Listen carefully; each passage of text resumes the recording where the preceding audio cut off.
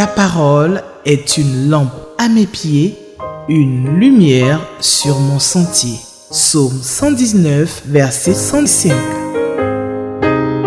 La méditation.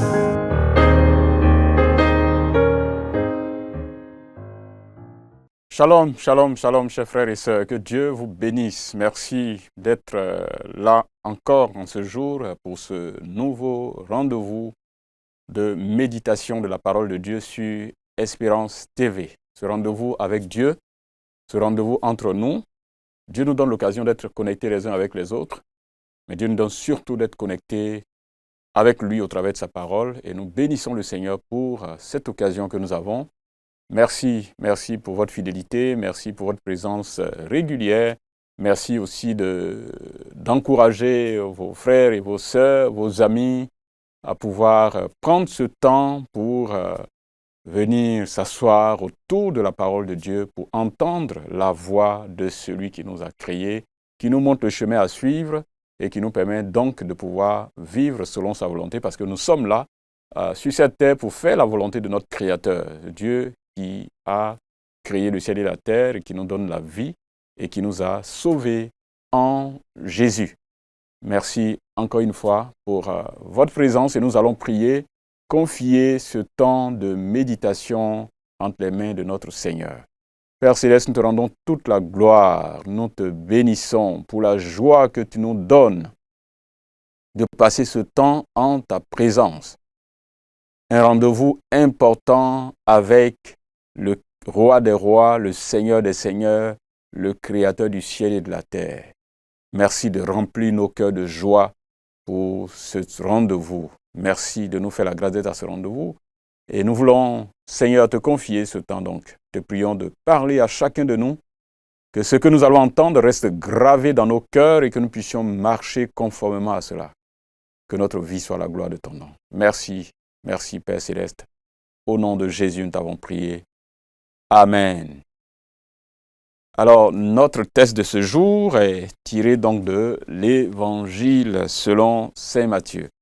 L'Évangile de Matthieu, c'est le dernier chapitre de l'Évangile selon Matthieu. Donc, nous allons lire les 10 premiers versets de ce chapitre. Matthieu chapitre 28, versets 1 à 10. C'est donc le texte de notre méditation de ce jour. Donc, je fais la lecture dans la version Louis II. Vous pouvez lire dans la version que vous avez en votre possession. Et donc, suivons la lecture ensemble. Après le sabbat, à l'aube du premier jour de la semaine, Marie de Magdala et l'autre Marie allèrent voir le sépulcre. Et voici, il y eut un grand tremblement de terre, car un ange du Seigneur descendit du ciel, vint rouler la pierre et s'assit dessus. Son aspect était comme l'éclair et son vêtement blanc comme la neige. Les gardes tremblèrent de peur et devinrent comme morts. Mais l'ange prit la parole et dit aux femmes, « Pour vous, ne craignez pas, car je sais que vous cherchez Jésus qui a été crucifié. Il n'est point ici, il est ressuscité, comme il l'avait dit. Venez, voyez le lieu où il était couché, et allez promptement dire à ses disciples qu'il est ressuscité des morts. Et voici, il vous précède en Galilée. C'est là que vous le verrez. Voici, je vous l'ai dit. » Elle s'éloignait promptement du sépulcre avec crainte et avec une grande joie. Et elles coururent porter la nouvelle aux disciples. Et voici, Jésus vint à leur rencontre et dit, « Je vous salue. » Elles s'approchèrent pour saisir ses pieds, et elles se prosternèrent devant lui. Alors Jésus leur dit, « Ne craignez pas. Allez dire à mes frères de se rendre en Galilée. C'est là qu'ils me verront. » Jusqu'ici, notre lecture, le texte de notre méditation de ce jour. On voit tout un changement dans l'histoire. Dans l'histoire, et ça, c'est extraordinaire. Quand nous lisons les événements qui ont précédé la mort, qui ont conduit jusqu'à la mort de Jésus, c'était des temps assez tristes, des temps assez difficiles pour les disciples qui ont suivi Jésus.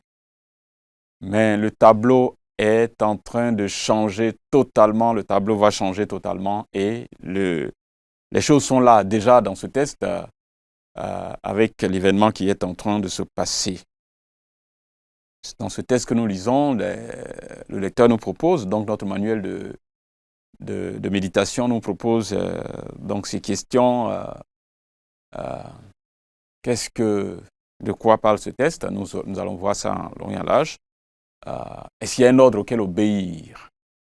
Est-ce qu'il y a un ordre qui est donné dans ce texte auquel il faut obéir? Est-ce qu'il y a une vérité que Dieu est en train de me révéler, est en train de nous révéler dans ce texte? Donc, c'est toutes ces questions-là que notre réflexion va porter.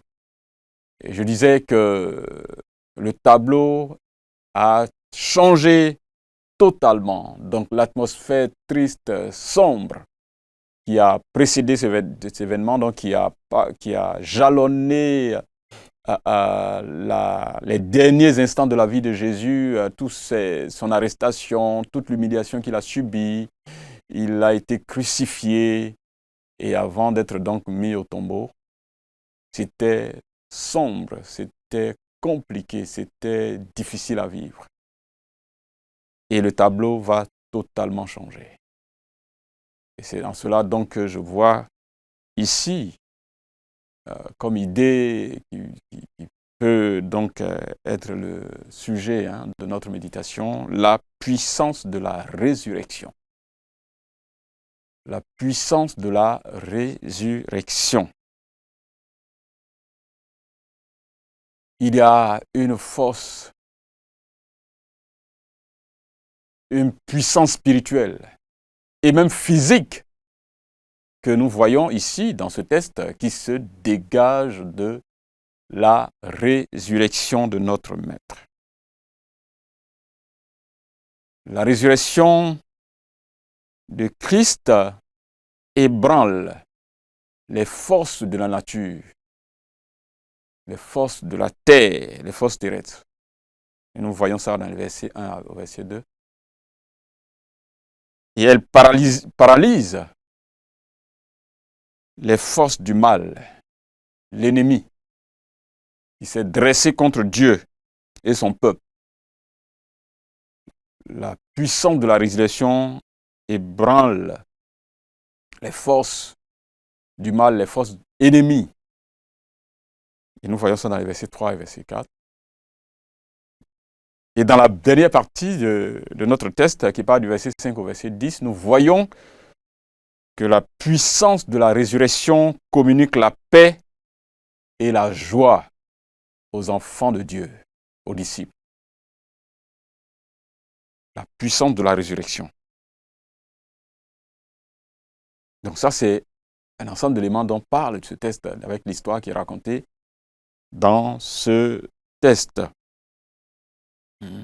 Donc, je disais que dans les deux premiers versets, nous avons l'idée que la puissance de la résurrection ébranle les forces de la nature.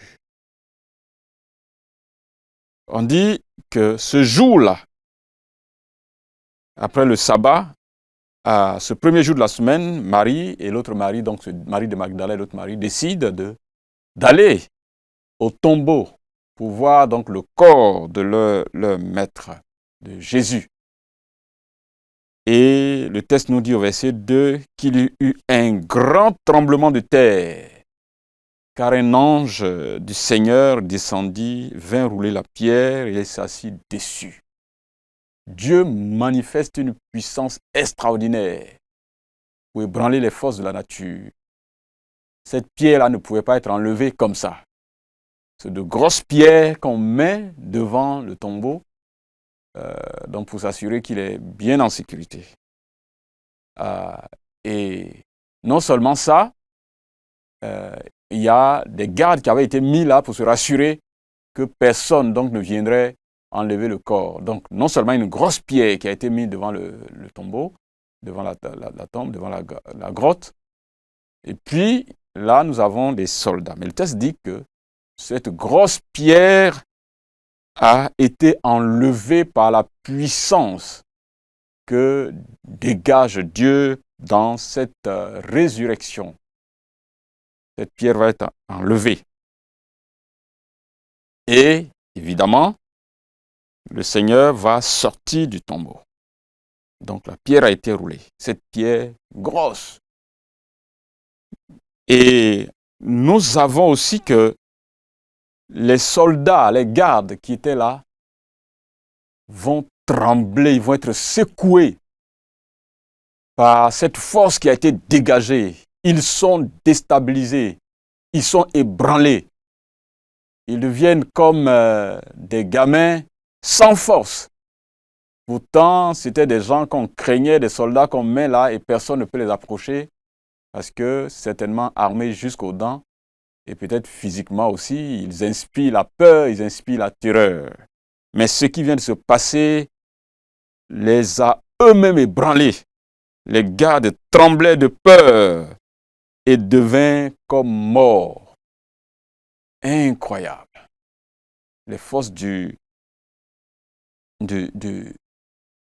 la terre, les forces de la nature, la terre tremble par la puissance dégagée par la résurrection de Jésus, mais aussi les gardes qu'on a mis là ont perdu toute leur force. Ils sont ébranlés, ils sont devenus comme morts. Quelle force qui ébranle les ennemis qui sont venus là pour s'opposer au plan de Dieu, pensant se débarrasser d'un vil malfaiteur, quelqu'un qui est un insoumis à Dieu, un trompeur, un usurpateur. Ils se rendent compte à l'évidence que, attention, ce n'est pas ce qu'ils ont pensé. Que le pouvoir n'est pas dans leurs mains, mais c'est plutôt dans les mains de celui qu'ils ont mis dans le tombeau. Et ils tremblent, ils tombent morts, ils ne comprennent presque rien de ce qui est en train de se passer. La puissance de la résurrection ébranle les forces de la nature. La puissance de la résurrection ébranle, j'allais dire tétanise, les ennemis de la foi chrétienne, comment dirais-je, ébranle les ennemis de la foi, les soldats qu'on a mis là, qui sont les représentants de l'empereur, qui leur demande de venir protéger. Chers frères et sœurs, il y a une puissance incroyable dans la résurrection de Jésus. La terre tremble et cela va avoir un écho dans le peuple, mais ça va aller plus loin que cela. La résurrection de notre Seigneur Jésus. Et c'est d'ailleurs pourquoi c'est le message principal, le message au cœur de l'œuvre qui est transmis, du message qui est transmis, l'élément au cœur du message qui est transmis par les apôtres plus tard, parlant de la résurrection de Jésus.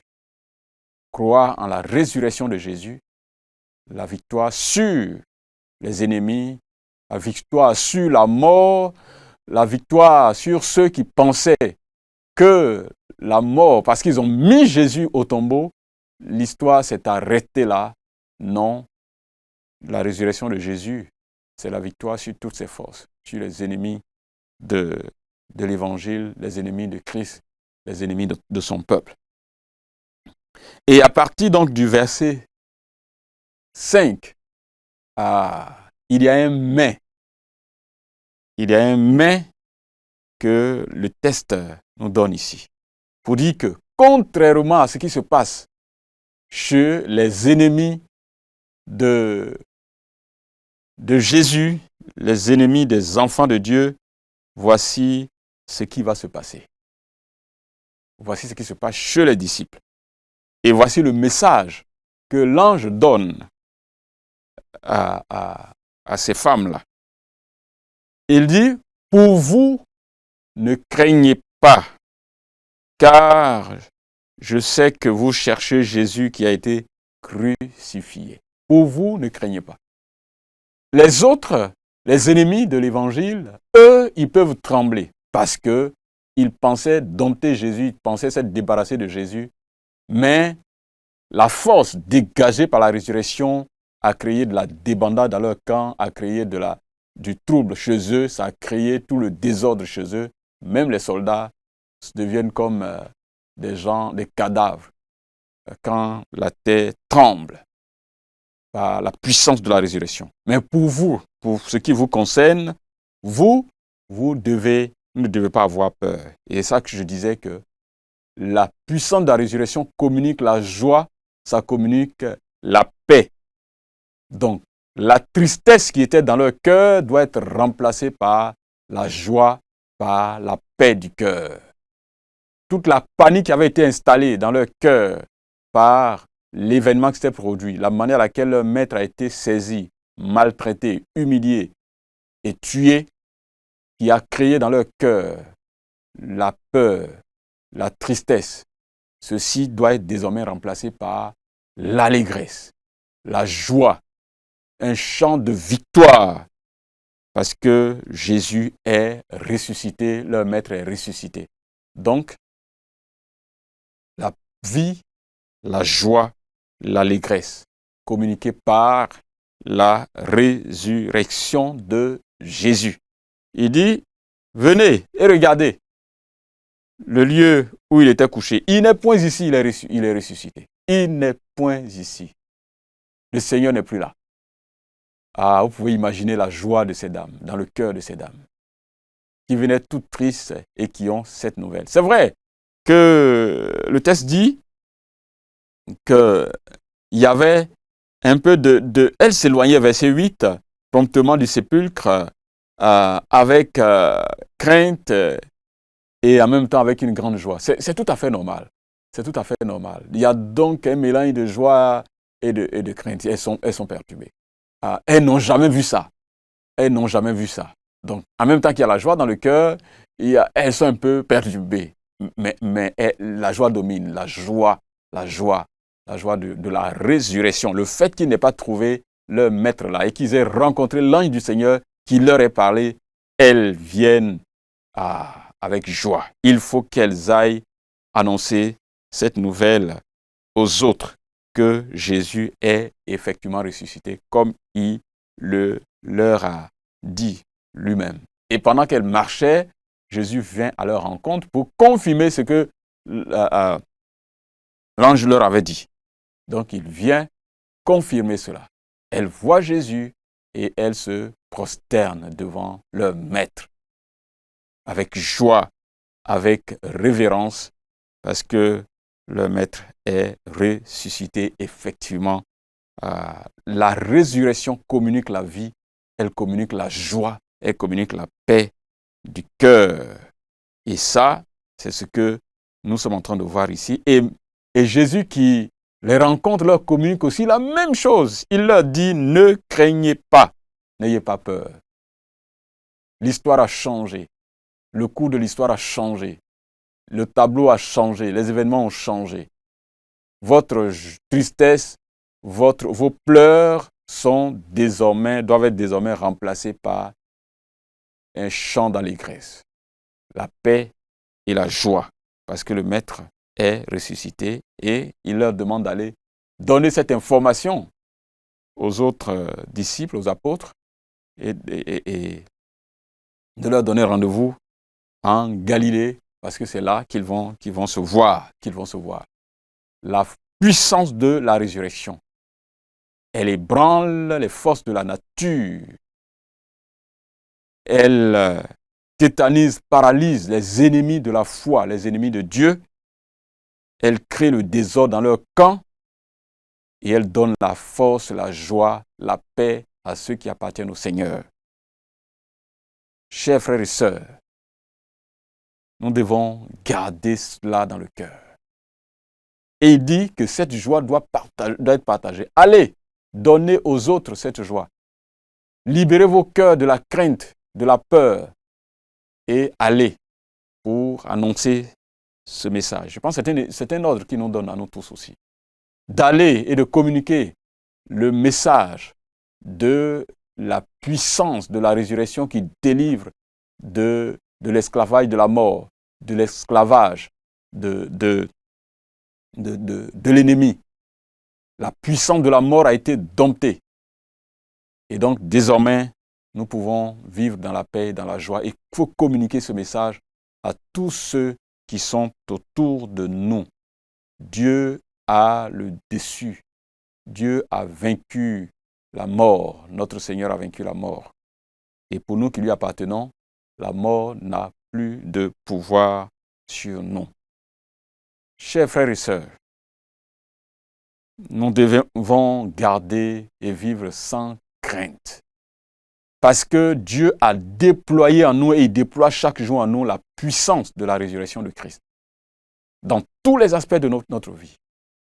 Et cela doit particulièrement nous donner de vivre dans la joie et dans l'allégresse et vivre sans crainte. Il n'y a aucune force, ni dans le ciel, ni sur la terre, ni sous la terre, qui soit au-dessus de la force de notre Dieu, de cette puissance qu'il a déployée dans la résurrection de notre Seigneur et Sauveur Jésus. Donc, il n'y a rien à craindre. Et absolument rien à craindre. Aucune force de l'ennemi pour nous tétaniser. Non, nous n'avons plus rien à craindre. Et en particulier parce que l'ennemi le plus grand de l'être humain, c'est la mort. C'est la mort qui met fin à tous nos rêves. C'est la mort qui met fin à tout ce que nous sommes en train de faire. Donc c'est considéré pour les hommes sur la terre, sans Dieu, comme étant la fin de toute chose. Or pour nous, enfants de Dieu, la mort n'est pas la fin. Donc, et comme ce n'est pas la fin, que c'est un passage plutôt de là où nous sommes à la présence glorieuse de notre Dieu, nous ne craignons plus la mort. Parce que nous serons aussi ressuscités, parce que notre Maître a vaincu la mort, et nous serons aussi ressuscités, nous allons ressusciter avec Christ. Et nous avons cette ferme conviction. Donc pour cela, il n'y a aucune raison de craindre ce que tous les hommes craignent. Nous n'avons rien à craindre. Et non seulement nous n'avons rien à craindre, parce que l'ennemi le plus fort que tous les hommes craignent, notre Maître l'a maîtrisé. Nous n'avons rien à craindre parce que la puissance de la résurrection de notre Seigneur est déployée au quotidien par Dieu dans notre vie et pour le bien de ses enfants, de ceux qui lui appartiennent. Dieu nous a donné un pouvoir au-dessus des forces de la nature, des forces ennemies de la nature. Dieu nous a donné un pouvoir au-dessus des ennemis, toutes sortes d'ennemis de la foi chrétienne. Dieu nous a donné le pouvoir sur ces choses. Donc, nous ne pouvons qu'aller annoncer la victoire de Jésus sur la mort, annoncer la délivrance de tous les pouvoirs du diable et donner aux hommes de pouvoir accepter Jésus comme leur Seigneur et Sauveur. La puissance de la résurrection déployée dans la vie de notre Seigneur Jésus. Cette puissance qu'il a ramenée à la vie, cette puissance est déployée par Dieu dans la vie de ceux qui lui appartiennent. Et donc, nous devons vivre sans peur. Nous ne devons pas avoir peur de quoi que ce soit. Chers frères et sœurs, allez dans vos villages, n'ayez peur de quoi que ce soit, rien du tout. Personne n'est au-dessus de notre Dieu. Nous avons la victoire sur les forces du mal.